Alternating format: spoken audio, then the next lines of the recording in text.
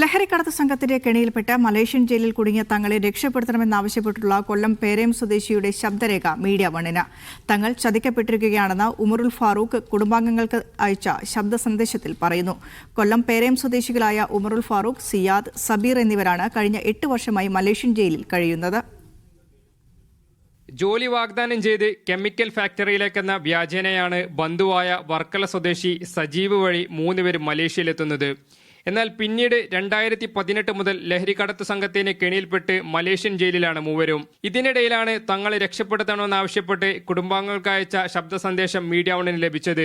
നിരപരാധികളായ ഞങ്ങളെ രക്ഷിക്കണം, ഞങ്ങൾ കുറ്റമൊന്നും ചെയ്തിട്ടില്ല എന്നും മലേഷ്യയിൽ ജീവന് ഭീഷണിയുള്ളതായും ഉമറുൽ ഫാറൂഖ് കുടുംബാംഗങ്ങൾക്ക് അയച്ച ശബ്ദ സന്ദേശത്തിൽ പറയുന്നു. ഒരു സഹായവുമില്ലാതെ കഷ്ടപ്പെട്ടു കുടുങ്ങിക്കിടക്കുകയാണ് ഞങ്ങൾ. പലരുടെയും പല ഭീഷണികളും ഞങ്ങൾ ഇവിടെ നേരിടേണ്ടി വന്നിട്ടുണ്ട്. ജീവൻ ഭയന്നും മർദ്ദനം ഭയന്നും വീട്ടുകാരോട് പറയാനും വൈകിയത്.